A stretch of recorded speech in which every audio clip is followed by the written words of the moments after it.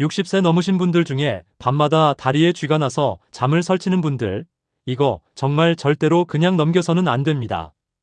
단순한 종아리 쥐가 결국 평생 절뚝거리며 살아가게 만드는 상황으로 이어지는 경우를 여러 번 봤거든요. 저는 30년 동안 근육과 신경의 변화만 연구해온 김도윤입니다. 이 분야에서 오래 있다 보니 작은 신호 하나가 얼마나 큰 문제로 번지는지 직접 눈으로 확인해 왔습니다. 그래서 오늘만큼은 강하게 말씀드리고 싶어요. 다리쥐는 사소한 증상이 아닙니다. 신경이 보내는 경고 신호일 수 있고 근육이 한계에 다다랐다는 적신호일 수도 있습니다. 많은 분들이 나이 들면 당연히 생기는 거라고 넘기시는데 그게 바로 가장 위험한 오해예요. 지금 이 순간에도 여러분의 종아리는 무언가를 말하고 있을지 모릅니다. 밤마다 비명을 지르며 깨고 아내분이나 남편분까지 깨워서 다리를 주무르게 하고 다음 날엔 피곤이 몰려와 하루 종일 기운이 없으신 분들 많으시죠. 그런데 이 고통이 단순히 참고 넘길 문제가 아니라는 걸 오늘 반드시 알고 가셔야 합니다. 왜냐하면 제대로 대처하지 않으면 근육이 점점 약해지고 걷는 것조차 불편해지는 상황까지 갈 수 있거든요. 이건 제가 연구실에서만 본 이야기가 아니에요. 실제로 저한테 상담 오셨던 분들 중에 처음엔 가볍게 여기다가 나중엔 보행 자체가 힘들어지신 경우도 있었습니다. 그래서 오늘 이 영상을 끝까지 보시는 게 정말 중요합니다. 여러분의 다리 건강을 지키는 첫걸음이 바로 여기서 시작되니까요. 요즘 이런 증상 겪고 계신 분 있으신가요? 혹시 있으시다면 댓글로 꼭 남겨주세요. 함께 이야기 나눠보면 좋을 것 같습니다. 얼마 전 제 연구실로 상담을 오신 71세 이모 어르신 이야기를 먼저 전해드려야 할 것 같습니다. 이모 어르신은 평소에 동네 어귀까지 매일 산책 가시며 건강을 잘 챙기는 분이셨어요. 그런데 2달 전부터 밤만 되면 종아리가 돌덩이처럼 굳어버리며 비명을 지를 정도의 통증이 찾아왔다고 하시더라고요.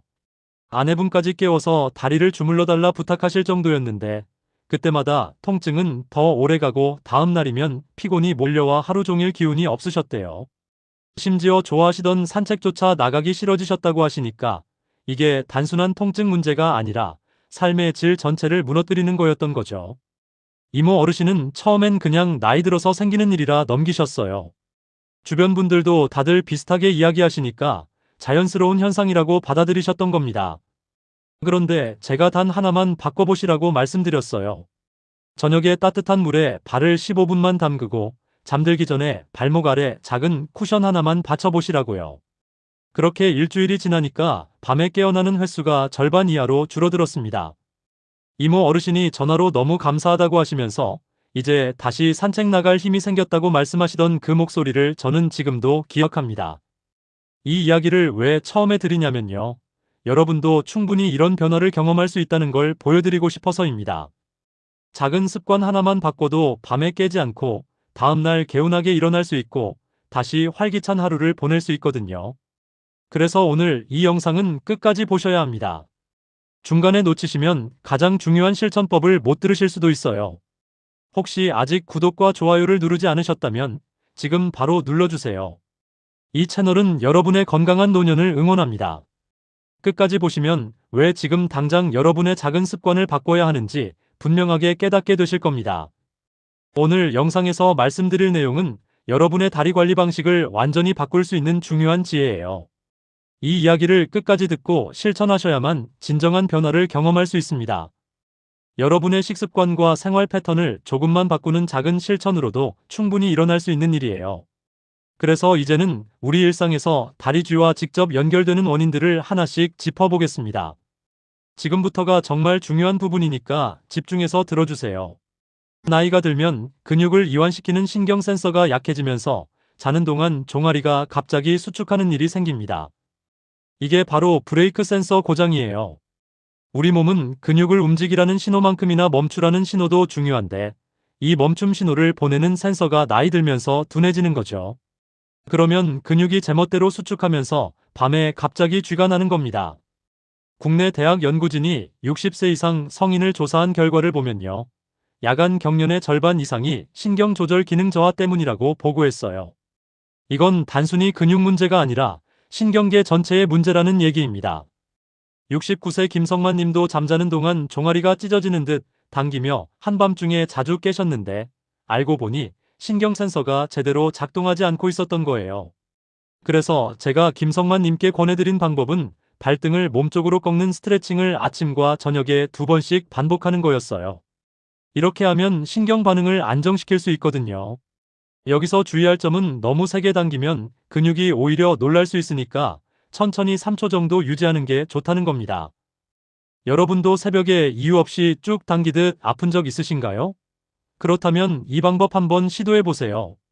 무거운 이불이 밤새 발목을 아래로 눌러 종아리를 짧고 팽팽하게 만드는 것도 큰 문제예요.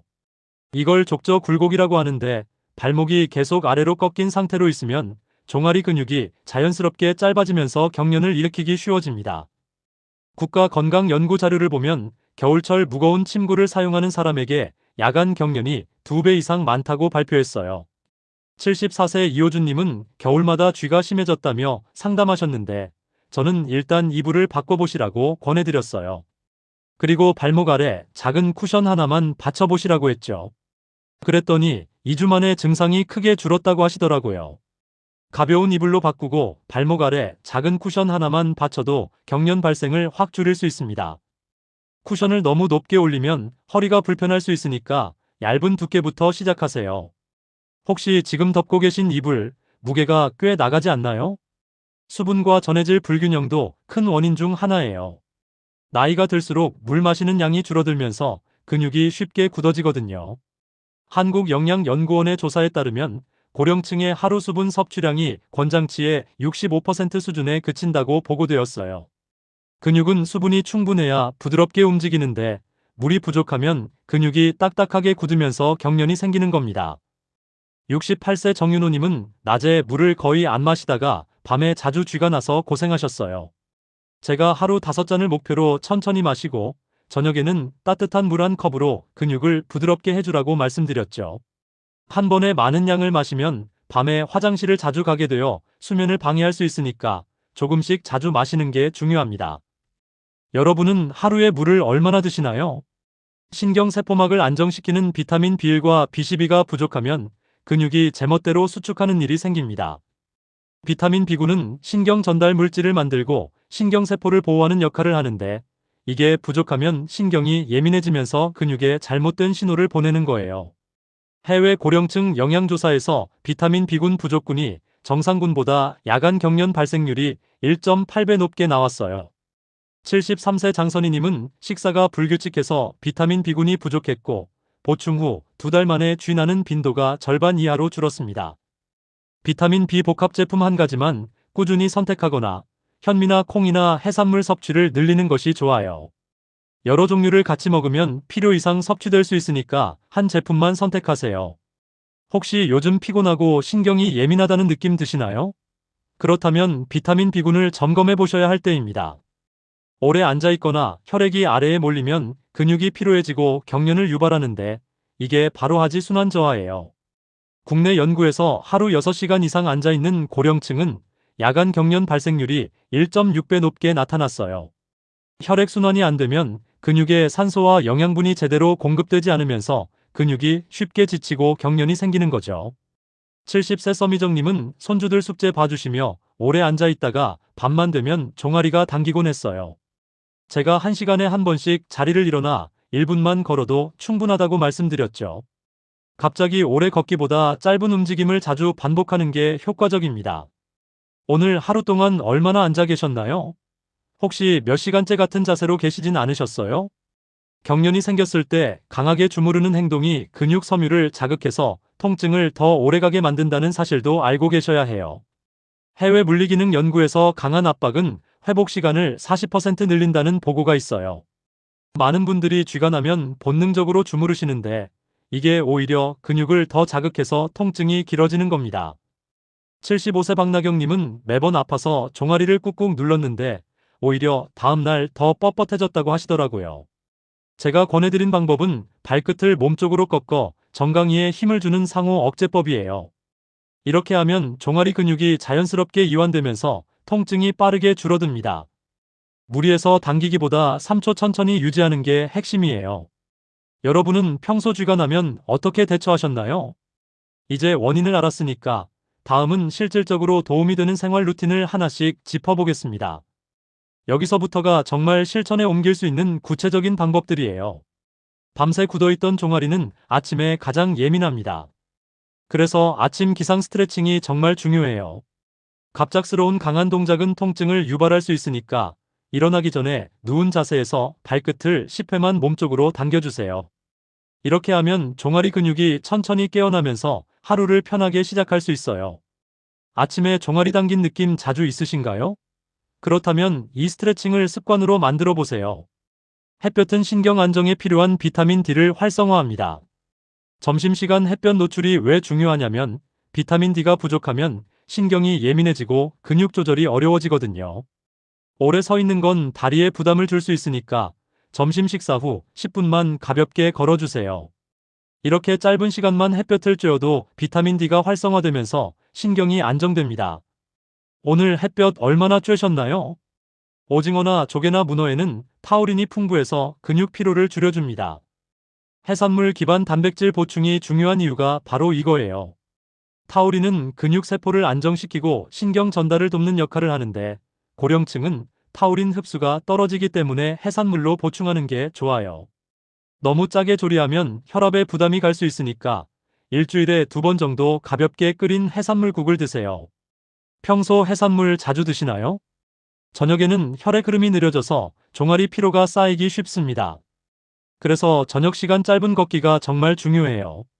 식사 직후 바로 걷는 건 속을 불편하게 할 수 있으니까 식사 후 20분 뒤에 15분 정도만 걷고 오세요.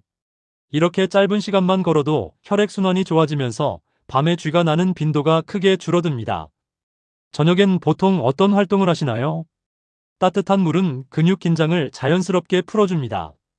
취침 전 족욕이 왜 효과적이냐면 온열 자극이 혈관을 확장시키고 근육을 이완시키기 때문이에요. 물 온도가 너무 뜨거우면 오히려 근육이 긴장하니까 40도 정도 물에 15분 족욕하면 밤에 경련이 크게 줄어듭니다.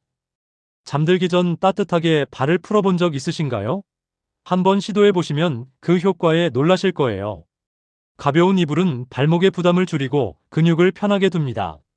침실 환경 개선이 중요한 이유가 바로 이거예요.